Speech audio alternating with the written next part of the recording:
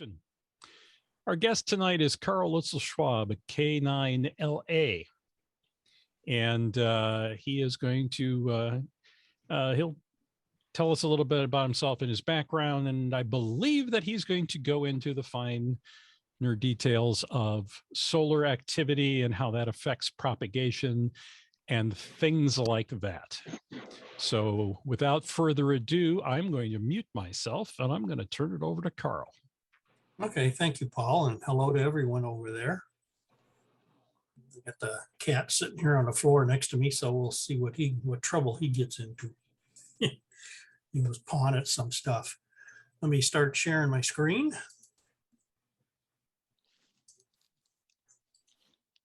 Okay, and now go to full screen. Hey, there we go. So let me know when you guys see it. Right now it says you've started screen sharing, Okay, but we don't see it yet. There we go. Okay, is it full screen too? Yeah. Yes, it is.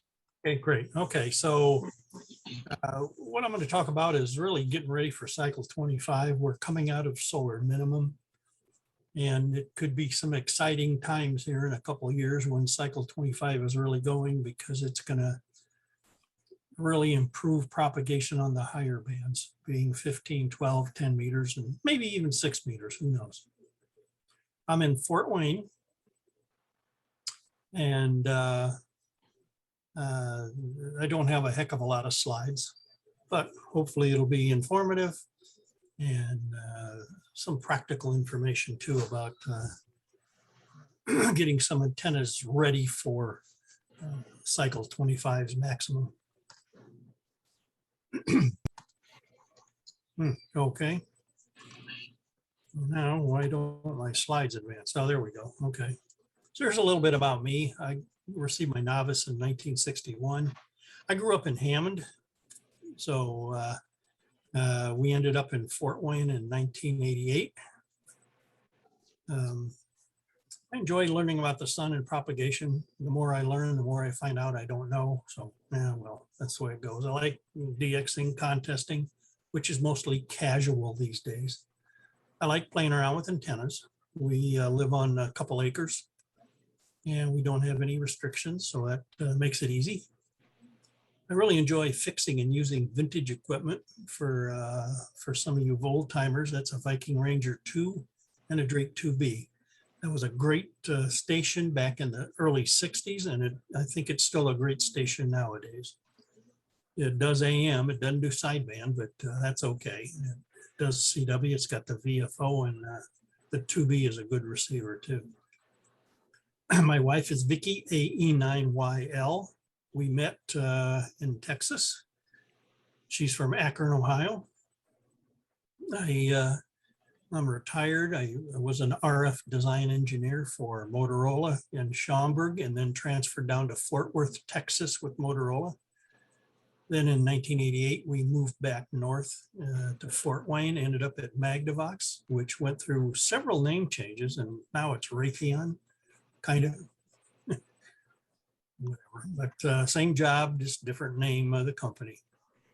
We enjoy traveling to club meetings and conventions, and of course that's been kind of hindered in the past year or so. We've been on a couple of the expeditions. In the lower left is when we went to Damascus, Syria in February 2001. That's Vicky on a camel, so had to do that. Then in July 2002, we went to Market Reef, which is a separate country. It's a reef between Sweden and Finland, and there's a picture from the helicopter. And we had a good time there. We were there for 4 days. Not much to do except play radio, so that was okay. So here's some of the questions we're going to cover. What is a solar cycle? Why is it important?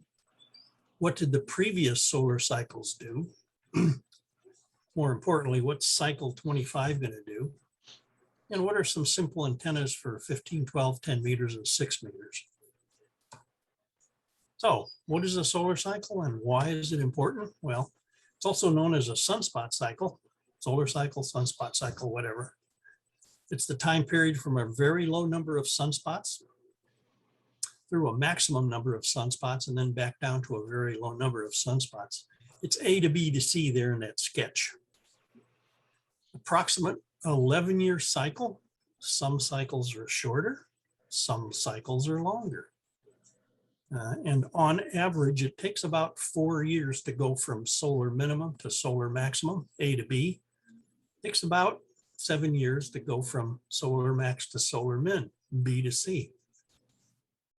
Now, some cycles rise a bit faster, some rise a bit slower, some decline a bit faster than 7 years, some decline a whole lot longer than 7 years. So sunspot cycle is not an exact thing. It's kind of right now we just have an average of 24 cycles. So that's what the averages are. So why are solar cycles important? Well, for the higher bands, extremely important. The area around sunspots emits extreme ultraviolet radiation. And what that does is it ionizes the atmosphere and gives us the F2 region. The F2 region is responsible for most of our long distance contacts on HF. So if you're a DXer, you rely on the F2 region quite a bit. So when there are more sunspots, there's more extreme ultraviolet radiation from the sun. That means there's more ionization in the F2 region. And that means that's the best propagation on the higher HF bands. And in the sketch there, you can see where 15, 12, 10, and 6 meters are best around solar maximum, the B. Solar cycles are also very important for the low bands, 160, 80, 60, and 40 meters. When we have less sunspots, there's less ionospheric absorption in the D region. When we have less sunspots, there are less disturbances from the sun to screw up the F2 region. And that gives us the best propagation on the lower bands. You can see where the best propagation on the lower bands is around solar minimum. That little sketch on the right shows. So what did the previous solar cycles do? Well, here's a picture of all the 24 past solar cycles in terms of their maximum smooth sunspot number. Whoops, sorry about that. Cycle 1 began in 1755. Yeah. You're familiar with the Maunder minimum. It occurred from 1645 to 1715 with few sunspots. And we really didn't start getting good data until about 1749 on sunspots. The telescope was invented and people started counting sunspots. Now, what's really obvious from that plot there in the Excel plot is that we've gone through 3 periods of big cycles. For example, cycles 1, 2, 3, and 4 were kind of big. Cycles 8 through 11 were big. Cycles 17 through 22 were kind of big. But we've also been through 2 periods of small cycles. You can see cycles 5, 6, 7 were rather small, very small. That's called the Dalton minimum. That's the guy who kind of identified it. The next minimum period was the Gleisberg minimum, cycles 12 through 16. They weren't as small as 5, 6, and 7, but they were definitely smaller than some of the big cycles. We appear to be in a 3rd period of small cycles. So that's the big question. Will cycle 25 get us out of this 3rd period of small cycles? Or is it going to keep us in this period of small cycles? And again, small solar cycles are not the best for the higher bands, 15, 12, 10, and 6 meters. So that's why many people are rooting for a big cycle. So we can really have some fun on the higher bands with modest power levels and modest stations. So what's cycle 25 going to do? It's interesting if you've only been licensed for 5 or so years, you probably wonder what's so great about 15, 12, and 10, because the only thing happening on there is noise most of the time. Now, there are some occasional openings, but most of the time it's just noise and there's nothing there. Well, all I can say is have patience and wait for cycle 25 to be near solar maximum, because like I said, it will be great for even small stations. So here's a prediction from NOAA, NASA. They're predicting cycle 25 is going to be similar to cycle 24. Cycle 24 is on the left. The black data is the monthly mean or monthly average of the 10.7 centimeter solar flux. You can see that data is somewhat spiky. So to get rid of the spikes, it's further averaged. And what we end up with is a smooth value of the 10.7 centimeter solar flux. That's the purple. You can see it's, well, it's smooth. That's why they call it a smooth solar flux. And of course, it's pretty obvious that cycle 24 had two peaks. Why does that happen? Well, it's because the two solar hemispheres aren't working in concert. In other words, for example, the first peak might have been due to the northern hemisphere was dominant. The southern hemisphere wasn't very active. And then that changed. The second peak, the southern hemisphere was dominant. The northern hemisphere was kind of quiet. Why that happens, we don't understand it. So we really can't say if cycle 25 is going to have two peaks or not. We'll just have to wait to see what happens. The red is their prediction for cycle 25, and you can see it's pretty similar to cycle 24 in terms of how big it's going to be. What's the peak 10.7 centimeter solar flux going to be? You can see where we are there in green. And of course, solar maximum is projected to occur in somewhere around 2025. So we still got a way to go. Remember that solar cycles take on average 4 years or so to get from solar min to solar max. It's too bad solar cycles are so long, around 11 years. It'd be nicer if they went quicker so we wouldn't have to spend so much time in solar minimum conditions. Now, this prediction you're looking at is just one of many predictions that forecast a cycle 25 similar to or smaller than cycle 24. In fact, of the 56 predictions that I'm aware of, 50 of them are for a cycle smaller than cycle 24. So that's kind of a good consensus. There are a few predictions for a really big cycle 25. All I can say is we'll have to wait to see what happens. I think the next 6 to 12 months will probably give us a real good clue of where cycle 25 is going to go. And we can see that here in this plot. One thing that the 24 solar cycles tell us is a big cycle rises faster than a small cycle. The green plot is cycle 24. That's the last one. It was kind of small.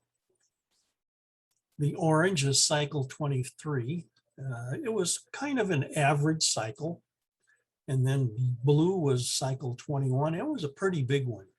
Not as big as cycle 19, the biggest in recorded history, but it was big enough to really give us good propagation on 15, 12, 10 meters, and even 6 meters for several years.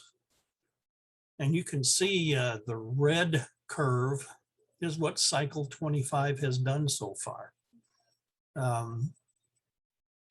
It seems to be tracking both the small cycle, the green, and also the big cycle, the blue. Which one's it going to follow? Who knows? Or is it going to be in between? Well, that's why I said in maybe another 6 to 12 more months of data will probably give us a better clue. It'll either be more following the green or hopefully kind of ramping up a little bit quicker and following blue.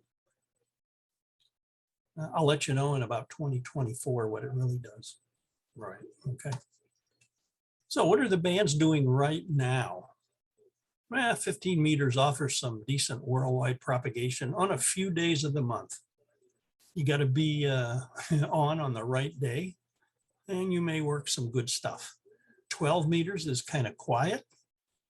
There's some occasional openings to the south and to Australia and New Zealand. 10 meters is mostly noise. Very occasional openings to the south and to Australia and New Zealand. But those bands just aren't really good yet because we're just coming out of solar minimum. The F2 region does not have enough ionization to refract those higher frequencies back to Earth. So not much we can do about that. Now, it's important to note that the digital modes offer more opportunities due to their signal to noise ratio advantage over sideband and CW. FT8 is by far the most used mode in amateur radio since about 2017 or so. And it's going to make the solar minimum that we just came through the most active in history on the higher bands because of its advantage over sideband and CW. So if if you don't hear anything on CW and sideband on those bands, get on the digital modes, FT8. You may be pleasantly surprised. Now the low bands, 160, 80, 60, and 40 are good at night. And that's when the D region goes away.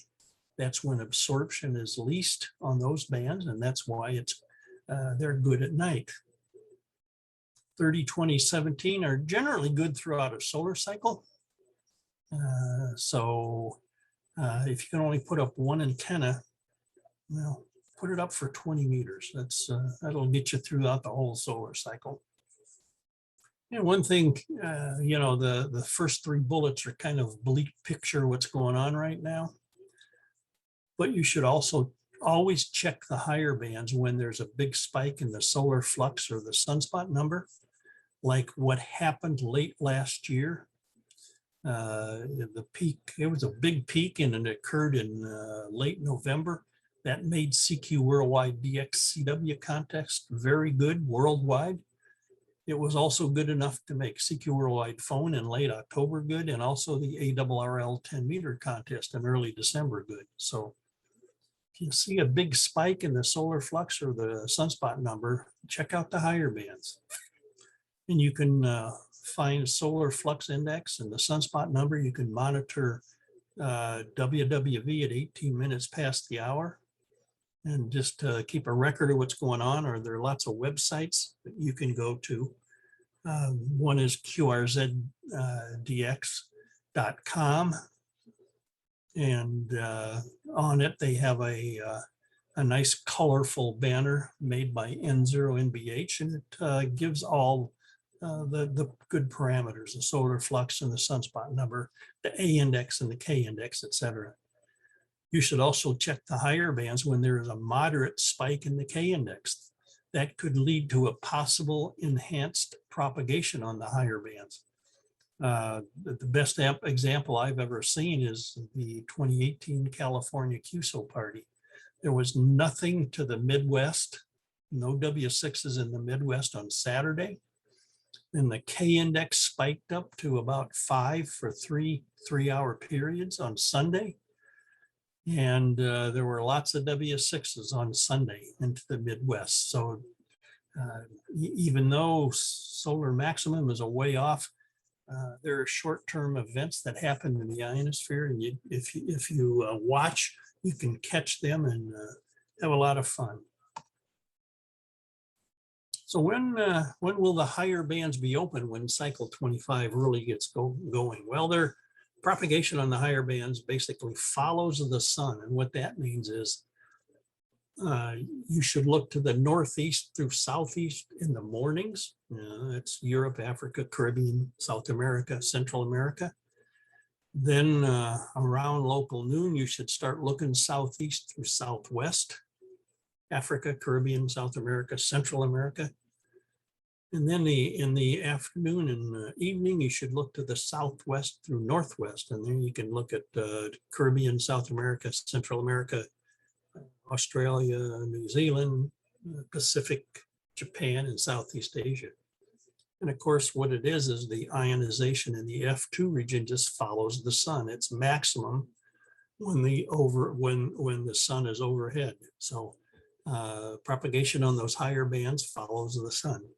So if you got a directive antenna, like a Yagi or something, turn it as indicated in the bullets here on this slide.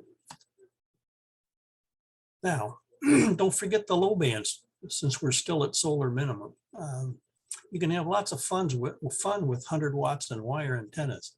Now, antennas are getting bigger as you go lower in frequency, but you may be able to put up a 40 meter dipole or inverted V. I like the inverted V because you only need one support. And it's only 33.5 feet or so on each side of the center of the dipole. Now I have a 40 meter inverted V with its apex at 40 feet. That's not a great height. And I participated in the ARRL DX contest in February. And I worked 48 countries on 40 using my Tentec Omni 7 at 90 watts, no amplifier. Of course, it was the inverted V, so no Yagi or anything like that. I also worked 4 more countries on 15 meters, and I'll talk about that in a little bit. So don't shy away from 100 watts and wire antennas on the low bands, especially on 40 meters. You can have a lot of fun if you have somewhat of a modest but decent antenna on 40 meters. So let's look at some antennas for the higher HF bands. Because one of these days, cycle 25 is going to be big enough and we're going to have daily worldwide openings. So what can you do? Well, antennas for 15 meters. I mentioned my 40 meter inverted V. Well, on 15, it works as a 3/2 wavelength antenna. It has a bit of gain in some directions. Now here's a plot of the SWR of the 40 meter inverted V on 40 meters on top. You can see I had cut it for the middle of the band, so it has the lowest SWR at 7.15 megahertz, the middle of the band. Now, what does it do on 15 meters? Well, it's about between 2 and 2.5 to 1 SWR. It actually resonates up around 21.8 with a low SWR, but of course that's out of the 15 meter band. So you're probably gonna best to use a tuner, either your rig's internal tuner or an external tuner. Your rig's internal tuner should not have a problem with a 2 or 2.5 to 1 SWR. And it'll give a good account of itself. Many novices back in the early 60s, I can remember we used to use our 40 meter inverted Vs or dipoles on 15 meters and had a grand time working DX. So it's a simple way to get on 15 meters if you have a 40 meter antenna. Of course, you can always use a vertical with 4 elevated radials. I have a Hustler 4 BTV 4 band trap vertical. That's what the BTV stands for, and it gives decent results.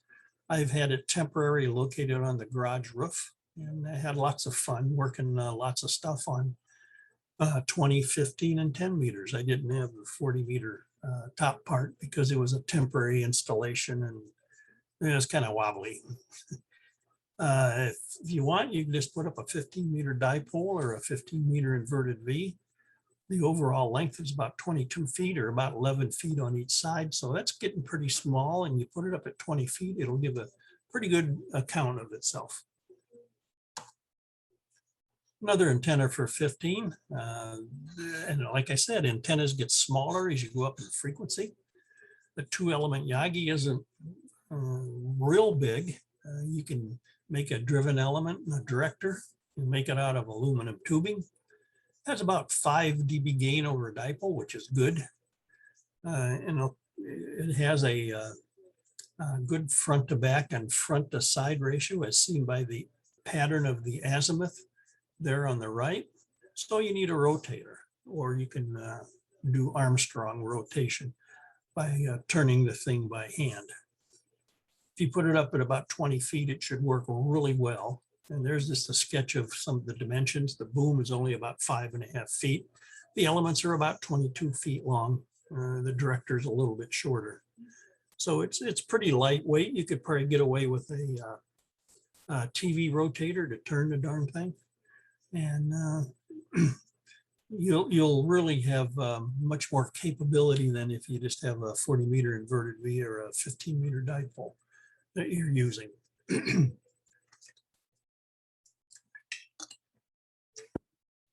Okay, antennas for 12 meters.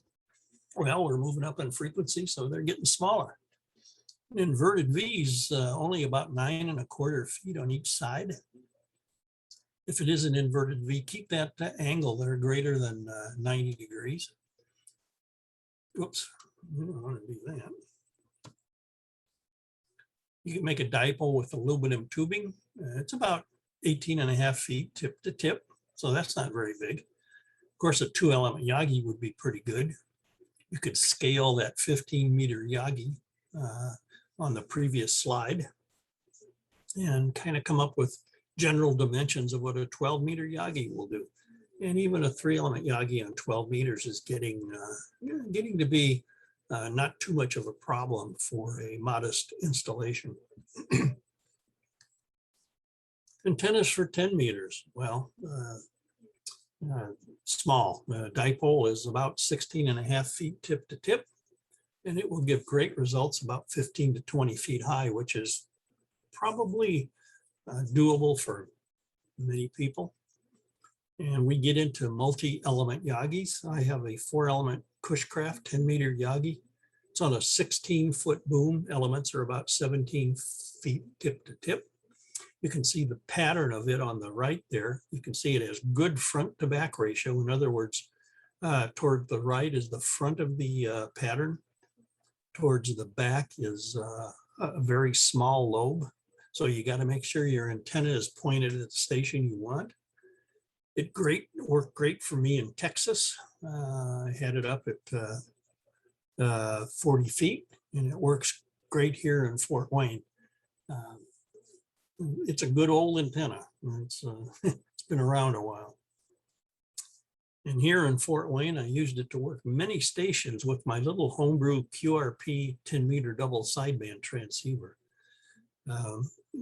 That little transceiver is a reason why I'm hoping for a big solar cycle, because it needs sunspots for 10 meters to be open, and that's where it's going to have its best shot at working somebody when the F2 region is very strong. Okay, let's move to 6 meters. Even though cycle 25 may be small, we probably will have a little bit of 6-meter propagation via the F2 region around solar maximum in the fall and winter months. We'll also have 6-meter propagation during the summer via sporadic E. This summer was a great sporadic E summer. Sporadic E doesn't appear to be too much correlated to a sunspot cycle, so it's going to be there most summers to a varying degree. A multi-element Yagi on 6 meters is very doable, even on a small property lot. I have an MFJ 1762. It's just a little 3-element 6-meter antenna. The elements are about 9 foot long. The boom is 6 feet. And it weighs about 3 pounds. So that's, most people could probably put that up. You put it up maybe 15, 20 feet, and it'll work really nice. It's got really good front to back ratio. You can see to the right is the front of the antenna. Gain is like it's about about 13.4 dBi, which is pretty good. Off the back, it's way down off the back, so you need a rotator. And but what do you do when a sporadic E opens to more than one direction? And that can happen. It can be open to the southwest, to the southeast, and maybe even to the northeast at the same time. You're going to wear your rotator out trying to, go between the directions there. So what you should do is just about any other antenna is going to work that has a reasonable SWR on 6 meters. I've even used my 40 meter inverted V on 6 meters with good results. So improvise and get something up there that does a good job, but don't forget your other antennas. They may surprise you how well they work. So here's some references to start with for propagation. I should have mentioned early on, and I'm going to send a PDF, Paul, to you of this presentation. You can do what you want with it. The propagation chapters of the ARRL antenna book and the handbook have lots of good info on HF propagation. There's a book that Bob Brown, NM7M, wrote, The Little Pistol's Guide to HF Propagation. A little pistol is someone who's got a modest station, 100 watts, and maybe a small tri-bander or wire antennas. It's out of print, but it's available for free on my website. It's a 15 megabyte file, so hopefully you don't have dial-up because it may take a while. For the more technically minded, there's Ionospheric Radio by Kenneth Davies. That's really a heavy technical volume, but if you're interested, it's a good one. If you want to learn more about antennas, of course, the ARRL antenna book has all kinds of charts of making Yagi antennas from 2 elements up to 6 or 7 elements for the, I think, 30 meters through 10 meter bands, probably even some 6 meter designs. Solar info, where do you get all the K and the A indices and the sunspot numbers and all that stuff? Well, spaceweather.com, Dr. Tony Phillips writes that. It has all those parameters. It's also got a lot of text on issues that deal with the sun and also with propagation. So it's more than just, solar flux, sunspot number, K and A indices and all that stuff. NOAA has the Space Weather Prediction Center, SWPC website. It's more technically oriented. Lots of good information there. Victor Echo 3 Echo November has solarham.net. I mentioned the N0NBH banner. For example, it's at qrz.com, and it's you'll see it a lot of other places. And it has all the parameters on there. It'll give you a pretty decent idea of what's going on. And of course, Whiskey X-Ray 6 SWW, Space Weather Woman, Dr. Tamitha Scove. She has regular videos on what the sun is doing and how that impacts propagation. So, go to that URL and watch her videos. You'll learn a lot. Okay, there we go. Some more references. Well, you don't really have to bother with all those sunspot numbers, solar flux, K indices. What you can do is go to dxmaps.com. Okay, and what you can see there on the right is a map of who is working who. Now this map is on, this is 17 meters on, I don't have the date, but it's from 1028 to 1042 UTC. That's pretty early in the morning, so that's why there's not many contacts from North America yet. It's because the F2 region hasn't built up enough. But you can see it's around 10 to 11 in the morning over in Europe. And of course, the F2 region is good during the daytime. You can see Europe is working South America, working into India, down in the South Africa, Iceland, etc. So this will give you a picture of, what's really happening right now. And you can pick a world view, you can pick a North America view, and you can pick any of the bands, 2,200 meters, 630 meters, all the way to 6 meters too, if you pick the VHF, UHF tab. So it's very useful to just take a look at that and see what's going on. It'll tell you what's going on. There are similar maps at PSK Reporter and WhisperNet. There's also the reverse beacon network where you transmit in a certain format And then you can go look at software-defined radios around the world to see where you were heard in real time. So that'll give you a very good picture of what's going on. One more thing, a real-time picture of the ionosphere, not QSOs, but the ionosphere is at prop.kc2g.com. What KC2G does is downloads ionoson data and then adds contour lines, and it shows the worldwide maximum usable frequencies for a 3,000 kilometer path. So if you know what path you want to look at, you can make a good estimate if the ionosphere has a high enough MUF on the band you want to be on. And of course, as we move further down the line here and cycle 25 gets going, we're going to see the MUFs are going to be increasing as cycle 25 rises. So here's a summary. Cycle 25 is definitely in its ascent. We're not going to go into another Maunder minimum. Most solar scientists are forecasting a below average cycle 25. Some forecast a big one. We'll know probably in a year where we're headed. Solar min is best for the low bands, so that's when you should be getting on the low bands right now.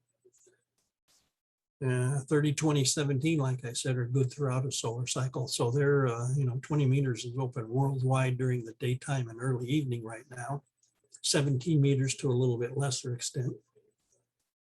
Solar max is best for the higher bands. There's going to be lots of things to do with modest power and modest antennas. Don't forget to watch for a big spike in the solar flux and sunspot number, or a moderate spike in the K index. And again, don't forget sporadic on 6 meters during the summer. And there's a minor peak in December also. So that'll keep 6 meters active, even at solar minimum. And antennas are getting kind of reasonable on 15, 12, 10, and 6. And all I can leave you with is get active, get radioactive on HF. You'll have lots of fun. So, Paul, that's all I had. Let me all righty. Get my screen there. There we go. If anybody's got any questions, I could try and answer them and see what happens. Yeah. Anybody have questions, you can, don't forget to unmute yourself and feel free to ask. How is my audio? I kept getting signs of low. No, you were fine. You were fine. Okay. I don't remember. There may have been one or two little burbles, but otherwise you were solid all the way through. Yeah, because you're right then your audio was broken up, and I don't know why. If it's my problem or somewhere else. You were perfect on this end. Yeah, it was fine on this end. Okay. Weird. Fine here too. All right. Anybody have any questions for Carl? I can't wait for something to happen because, I mean, I'm old enough to remember when the bands were good. And yeah, no kidding. They're going to be good again. They'll be good again. It may not be as good as before, but they'll be good. Yeah, when I was first starting out, which was mid 70s, 10 meters. Well, as a novice, 10 is a good deal, and I just remember 10 being everything, and and now I like you said, 15, 12, and 10, I turn the radio there, and it's like I've got a few contacts on 12 and a couple on 15 in recent years, but not much. Yep. Yeah, cycle 21 peaked around 1979. It was a pretty big one. Like I said, not as big as cycle 19. Yeah. And then cycle 22 came back with a pretty big cycle and peaked around 89. So those were two good solar cycles, and boy, it'd be great to have another one like those two. Yeah, it certainly would. All right. If nobody has any other questions for Carl, thank you very much for your presentation and spending some time with us this evening. Okay. and I will release you to go relax and watch some TV. Yeah, why not? I do have one question. Sure. Go ahead, Kent. Hey, Yeah, this is, hey, you got a black schnauzer. yes, I do. Is it a miniature or a standard? Yeah, it's a mini. We had 2 minis and a black standard schnauzer. He was great. Oh, man. Yeah, they're little Dickens. Hold on, Anyway, let me call my wife. Hey, Vicky. Vicky. Ah, okay. I don't know where she is, but whatever. Okay. Ask your question, Kent. anyway, I spend a lot of time in the mornings, like on mid-cars, net, Mhm. listening around, because I'm right in the middle of that area in the Midwest here. And every once in a while, once a month or maybe so, we get this short skip where I can get people very close, people around Chicagoland, and I can get Fort Wayne for a change, on the trip. What the heck conditions cause this short skip that it's only there on a rare occasion? Well, it's You know. what it means is there's enough ionization to refract very high angle signals back to Earth, the close in stuff. Was it in you said the morning times? Yeah, it would be in the morning, like mid-morning, Yeah, well, mid to late morning. it depends on how low the F2 region went down to at night and how fast it's building up in the morning. The E region is also could be involved, but more than likely it's the F2 region. And there just tells me that there's enough ionization that it can refract the higher angle signals, which are close in. It's kind of like NVIS propagation. Yeah, it's the one thing about it though.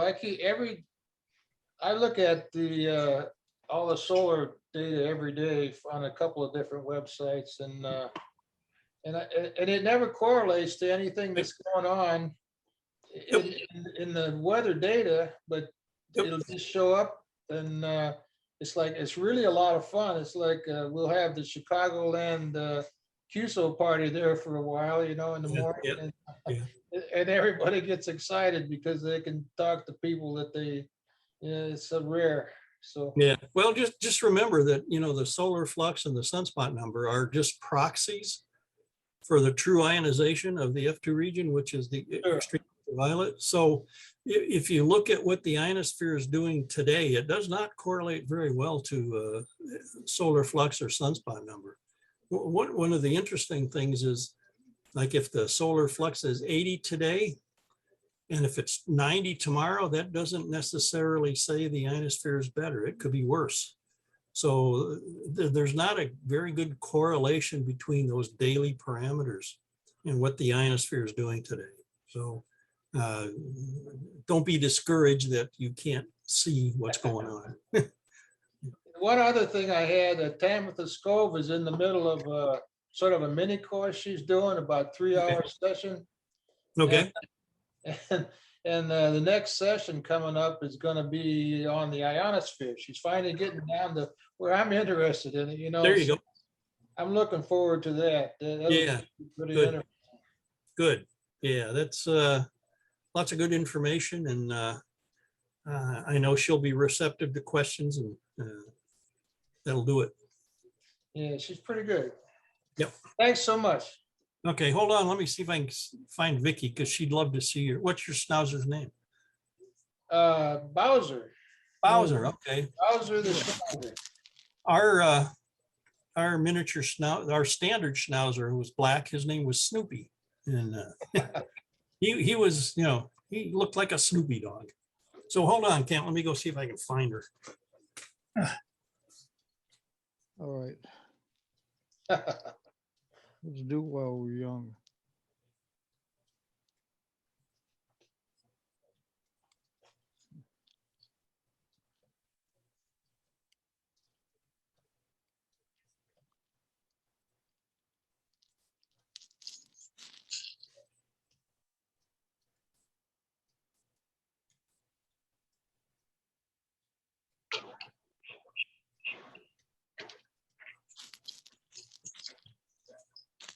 Yeah, that's right. Yeah, she had to run to the store. That's right. So, okay. Okay, Darn, darn, darn. all Well, right. there we go. All right. Well, thank you again, Carl. Really appreciate it. Turn my Yeah. camera back on. And you're appreciate the information. And here's to some sunspots. Yep, that's right. Although, I kind of think we're going to have a small cycle, but I'm hoping for a big one. At this point, anything. Yeah, gotta have. No, hope. I agree. A big one would be nice. Yeah. Most definitely. Because I'm limited because I live in a condo, so I'm limited. Fortunately, I got our board to understand that if I put up a small antenna or two, I'm not going to destroy the neighborhood. But I also have a 4 BTV in a little courtyard between our condo and our garage. Although I found a modification online where you add a 12 and a 17 meter Okay. vertical wire up each side. So Yep. I've kind of turned mine into a 6 BTV. 6 BTV in. And surprisingly, that 12 meter wire, I've actually made 2 contacts on 6 meters when it was open for some reason. I have never worked 6 meters, and I heard 2 stations. I'm like, oh my god! And that 12 meter wire resonated, or just unmatched enough, and I got 2 contacts. So, Excellent. but yeah, I can't put dipoles up or any of that stuff. So, yeah, it's too bad. Yep. Oh. Okay. All right, kids, that's it. Thank you very much. And we will see you again on the 24th to see George.